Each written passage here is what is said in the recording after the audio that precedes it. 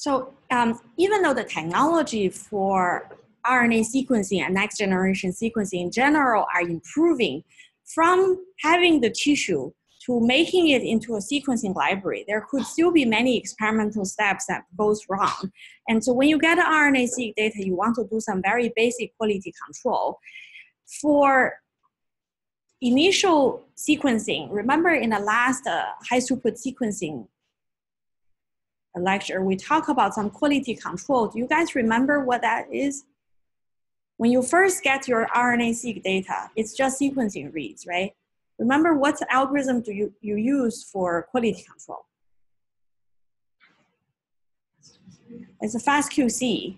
And so if the FastQC quality is very bad, especially if you have multiple samples sequenced on the same run and all of them have the same bad RNA-seq, FastQC, you could go back to the facility and say, please sequence my samples again for free because you messed up something of there. It's like the processing of the facility went wrong. But there are other RNA-seq specific QCs that we have to worry about. First is assuming that the read all comes back, you get a lot of reads and they are long and the read quality from the 20th space, 40th space, or 100th space is still high fidelity reads, then we need to think about some RNA-specific QCs. In the last lecture, we talked about read mapping using Boros-Waller transformation, this LF mapping for read mapping. However, you can imagine if this is the genome and these are the genes, or say these are the exons, okay? So this is one exon, this is intron, this is another exon. If you are just trying to map the reads into the genome, then any of the reads that is on the splice junction will not be able to find a place in the DNA because the left is mapped to here, the right is mapped to there, there's a big gap in the middle. Right? On RNA, this is totally reasonable because you have splicing. These intron regions get spliced out, and so you get RNA that really links the two. And in fact, that's a very important factor when people look at splicing or alternative splicing. Therefore, just read mappers like BWA or Bowtie that just map the reads into the whole genome is not a good idea. And you should see that in your homework too. We did ask students to try both STAR and BWA for mapping an RNA transcript.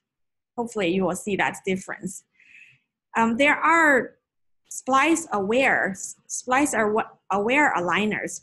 Basically, you can imagine it builds an index of all the known transcript. And so this is one exon, this is another exon. And then depending on the different index, you can imagine if you want something very quick, you can build an index that just have the known transcript splice junctions. So if this is a known junction, you build a index which links the end of the first exon to the beginning of the next exon, right? And so in the read mapping, if a read is mapped like this, you will still be able to catch it. Some of the more sophisticated read aligners will also say, even if there is no annotation for this exon to be linked to this exon, we will still create some index just in case that the current annotation of the transcript is not perfect. And so then they can build an index for this.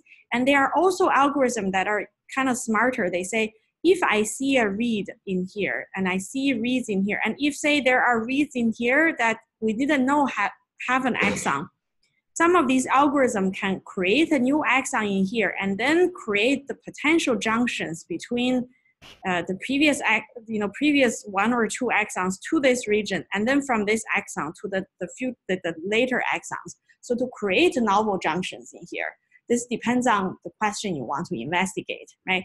And so you can imagine the more sophisticated algorithm will take a longer time to do the mapping, and because it's creating new exons and creating new junctions, whereas the simple ones, they just look at all the known transcript. Yeah, so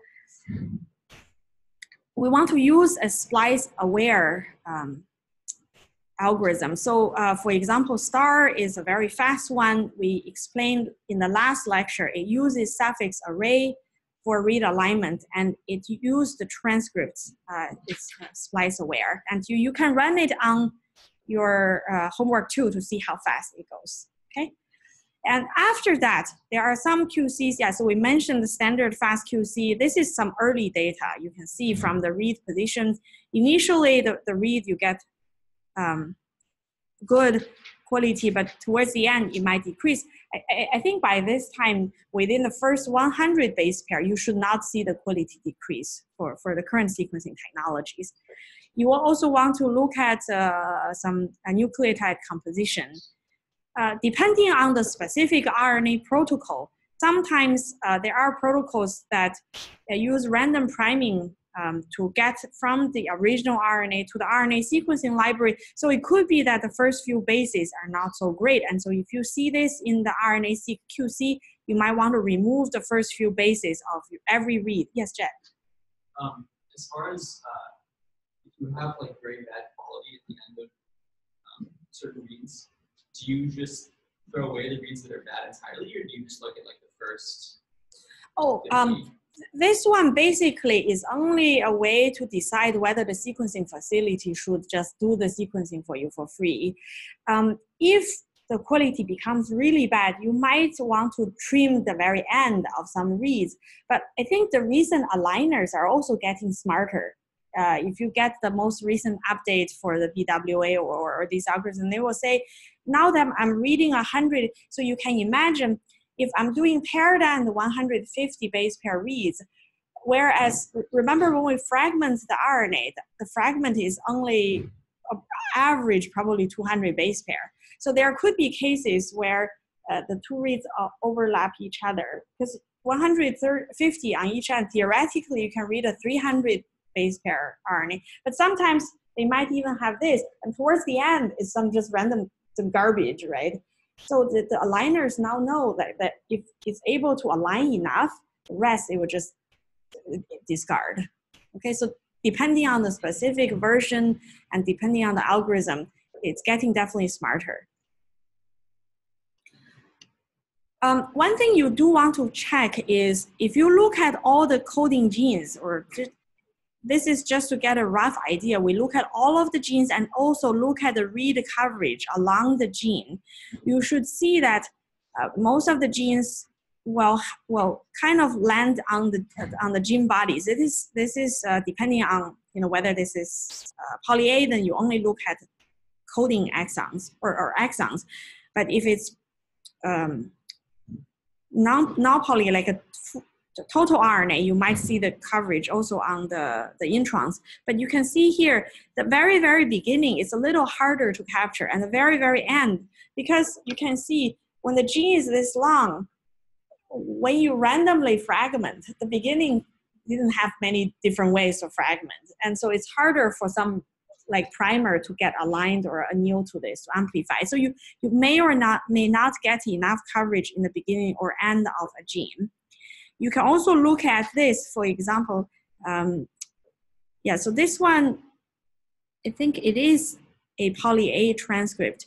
So if you look at how many of CDS is coding exon, so a lot of the reads are landed in coding exons or towards the 3' untranslated region. This is the last exon on the RNA, and 5' UTR exon. This is the very first exon. So these are made into transcript RNA, but they don't translate into proteins. Right? So and then you can see here, the other region pretty much have very, very low read coverage. So this tells you that your read, or at least your RNA sample quality, is pretty good. Another one you might want to look at is your insert size. So after mapping, because you know where the left end is mapped to the genome and where the right end is mapped to the genome, you can calculate your insert size, right? So in this case, this insert size is 100. And other things you might want to look at is if the read happen to land in a splice junction covering two exons, different exons. You want to ask, is this junction a known junction? We would think that by this time we understand human genome well enough. If you do a regular RNA-seq, most of the junctions should land in a known annotation. And then maybe you will see a little bit of partially novel, which probably is the two exons were known before, but we didn't know that they would kind of connect to each other, but completely novel could be coming from a brand new exon or something. Okay, yeah, so these are some standard QCs. You want to run this to make sure your sample is of good quality. Questions?